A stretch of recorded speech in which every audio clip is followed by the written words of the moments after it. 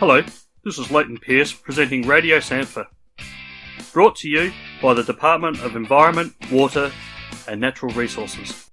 If you subscribe to Radio Sampha through iTunes, don't forget to provide a rating and a review on the iTunes website for Radio Sampha. Okay, today with Radio Sampha, we're talking to the inaugural chairperson of Sampha, Max Young. Welcome to Radio Sampha, Max. Yeah, thanks, Leighton. Max, obviously, as we're approaching 20 years of Sampha, really want to delve into how Sampha was started and why it was started and what was the scene in South Australia around that point of time. It started with a bit of a push in 98. Bill Crabtree and Ray Harrington and a couple others came over, did a tour around the state, showing some people what they've been doing and points that they've been making and sort of telling people that they didn't need to cultivate to sow their crop. In 98, we went on a trip, David Humphries and I. We picked up Bill Crabtree at the airport. We flew down to the southeast via Cook Plains out to Lameroo and did a bit of a tour around that area and then back to the Hartfield days. And after the Hartfield days, we held a meeting, I think, in the Balaclava Hotel where it was sort of fielded that we might get an association together. WAMFA were quite active in trying to push and get other organisations up and going. So Bill Crabtree was there and he was offering some funds to us if we would set up a no-till group in South Australia. So at that meeting it was decided that we would start a group in South Australia. A few people put up their hands to be involved. From some of the people that were involved in that meeting, Phil Harris, David Humphries, Jim Heathcote, Paul Lash, Brett Roberts, and Alan Mayfield was very helpful. And we went and had a meeting at Alan Mayfield's, sat down and sort of got together and structured a meeting, structured a conference and got a proper committee together. The first newsletter was written in July 1999 and it got printed at the kindergarten at Maitland in a hurry, and we ran some crop walks across the state. We went to the York Peninsula and visited six or seven farms on York Peninsula in the mid-north, Cook Plains, and we did another walk out in Kerner. That was in July 1999.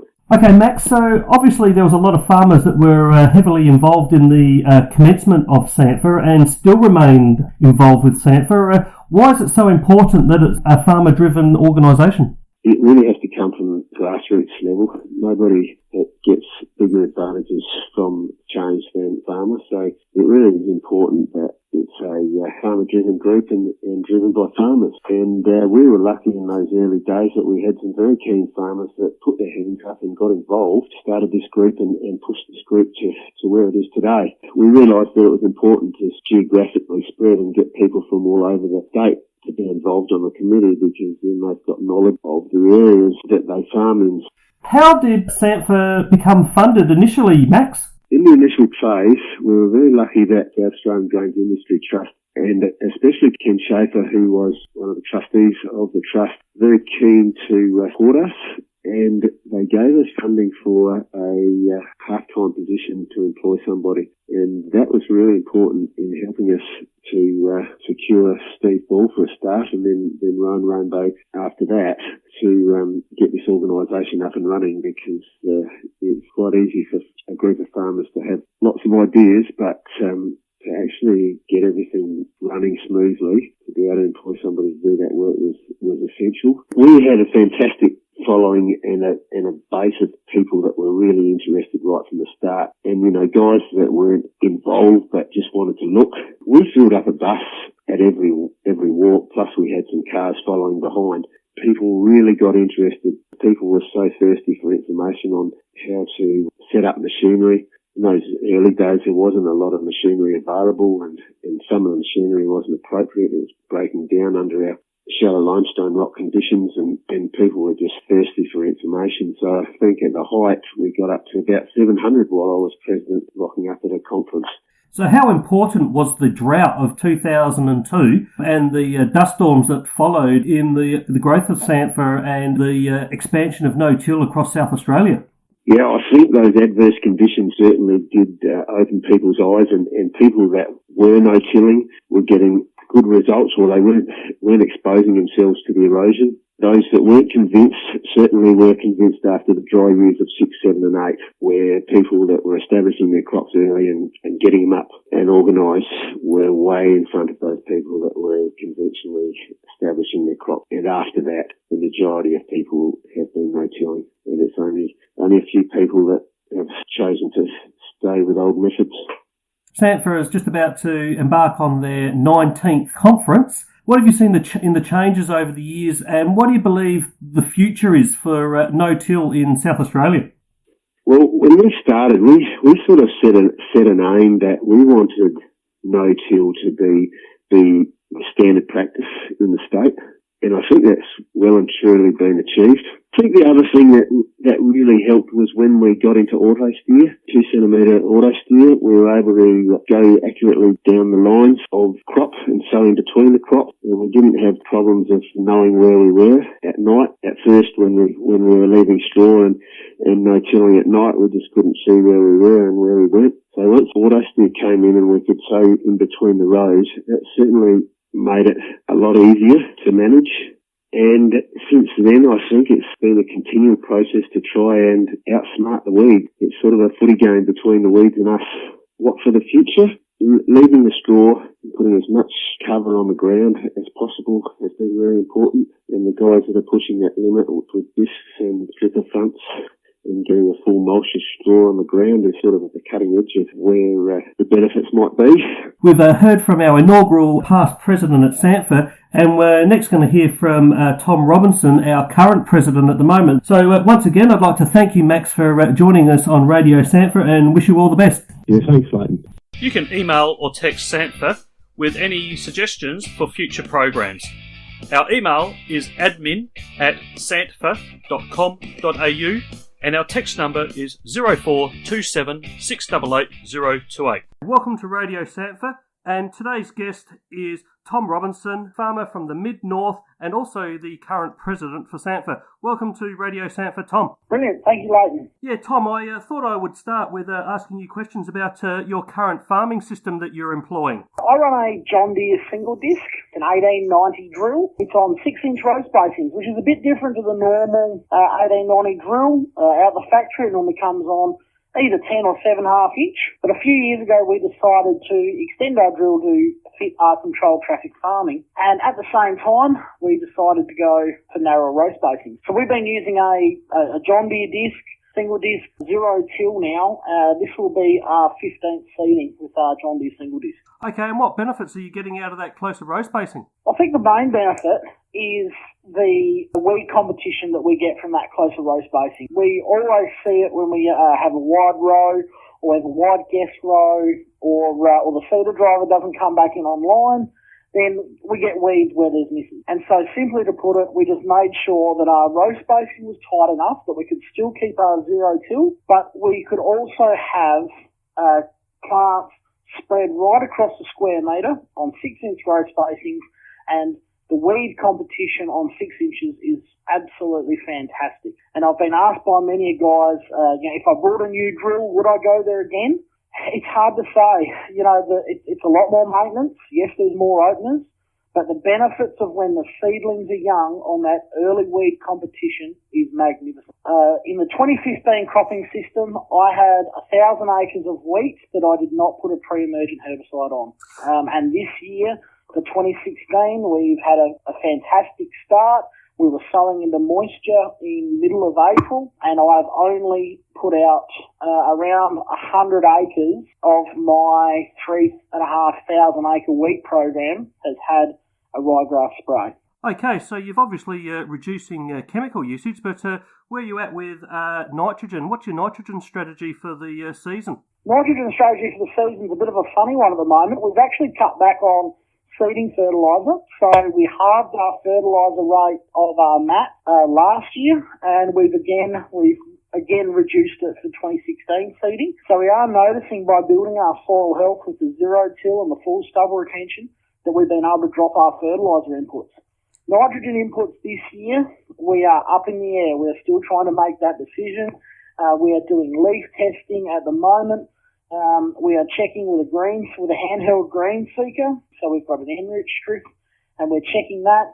And my latest little toy that I have purchased and will be playing around with is we'll be checking the soil nitrogen in crop. So we did all our pre-seeding deep ends, but yeah, it's another little toy that I'll be playing with in crop to check nitrogen, throughout the season. Okay, and then we get to the period of harvest, and what are you doing in terms of harvesting? Harvesting, we're a bit different on our farm. We run a shell-borne stripper front to harvest all our crops, and at the moment we have the rule of thumb that if we can't strip it with a shell-borne, we don't grow it. So at the moment we're mainly growing wheat and canola, and we do have some other crops that I'll talk about a bit later on, but we both strip wheat and canola. So a shell-borne stripper header basically just plucks the grains of wheat or barley out of the head, and it leaves waist-high standing straw. And we love our waist-high standing straw because it helps on the summertime with sunlight, so stopping sunlight evaporating our precious summer rains. But also we noticed I brought the stripper front because it made my feeder work better. By having that long straw, we were able to feed later at night and earlier in the mornings because that long straw is easier to cut. The analogy I'd like to use is that if you want to break a stick or a piece of wood in half, the longer it is, the easier it is to snap. And that's exactly the same with a piece of straw. And a friend once told me that straw is like the hair on your head.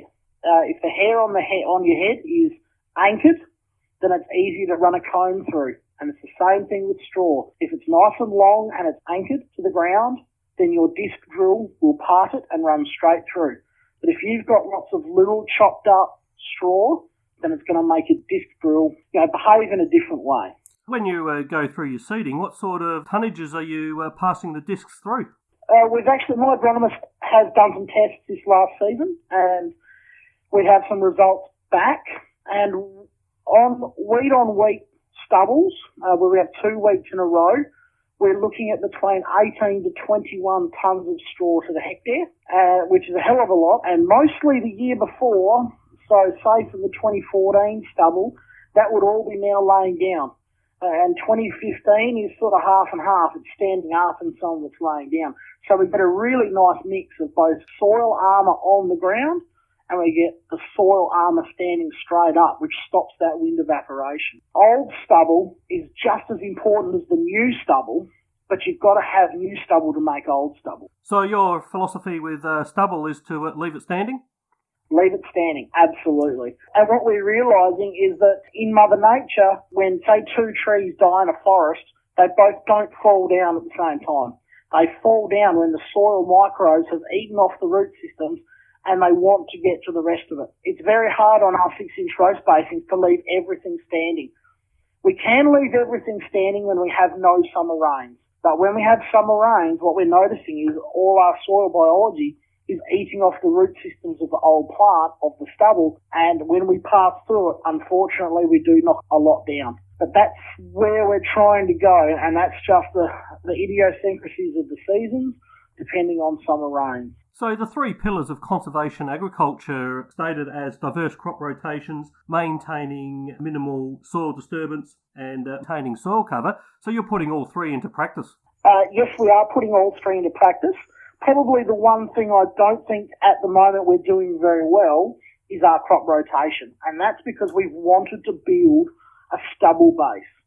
So we have been a wheat canola rotation or even stretching that out into 2 or 3 weeks or 4 weeks in a row before going into a canola. But what we're trying to do there is we're trying to build soil organic matter as quickly as possible. So we've been trying to build a lot of stubble with our wheat, and then also with our canola. What we find is that by stripping the canola, we can leave more standing, and by having it standing, it's not getting chewed up by the bugs as quick, and we're spreading that stubble load, into the next couple of years. The issues we're having now, after 14, 15 years after zero till, is we cannot keep enough stubble. At the moment, what we're playing with is we're playing with companion crops, we're playing with cover crops, just to try to get our head around to get that diversity that we need in our soils. Well, that sounds like a great opportunity for another episode in Radio Sanford. So I'll thank you, Tom, and we'll speak to you at another episode. Brilliant. Thank you very much, Leighton. The winter edition of The Cutting Edge provides all the details on how to connect with Radio Sanford and our vast array of media resources. The Cutting Edge magazine is available to all financial members of Sanford. Go visit www.sanford.com.au and download our latest membership form. This is Radio Sanford, and we've got two very special guests in today. From Perilla, we have Matty and we have Tim. Welcome to Radio Sanford, boys. Hello. Matthew, how old are you? 3. Timmy, how old are you? 5. Matty, what is your favourite coloured tractor? Green. Do you boys both help Mum and Dad on the farm? Yeah. You do, Matty. What about you, Timmy? No. You don't help at all. Timmy, how big is your farm? Ginormous. Matty, do you know how big your farm is? This big. That is huge. Okay. It's ginormous. It is ginormous. Now, Matthew, what's your favourite part of the farm? John Deere. Does Dad say any naughty words when he gets mad out on the farm? Yes. He hit the auger when he's angry at the auger. He hits the auger when he's angry at the auger? Yes. He didn't say any naughty words, did he? No. He did. What did he say, Timmy? Naughty auger. Maddie, are you going to be a farmer when you get old? Yes. I'm getting bigger than Daddy. And Timmy, are you going to be a farmer when you get old? Yes. When you are going to become a farmer, Maddie, are you going to be better than Mum and Dad at farming? Yes. I will buy an air seeder, auger, seeder, and tractor. Are you two boys going to work together? Yes. Yes. I got to hit the auger. You're going to hit the auger like Daddy? Yes. Oh. When you're a farmer, Matthew, what are you going to grow? Seaweeds. Seaweeds? Yeah. And Timmy, what are you going to grow when you're a farmer? Wheat. How much rain have you had on the farm at the moment? Don't know. Just that rain. Now, what do the crops look like at the moment? I believe that you've just finished seeding. I haven't seeded all of my paddock yet. Well, on behalf of Sanford Radio, I'd like to thank you both for coming to the studio today and talking to Radio Sanford and being very good boys. See you later. Yeah. Maddie, high five. And Tim, high five. Thanks, boys. This is the South Australian No-Till Farmers Association Radio Sanford broadcast. Thank you for listening.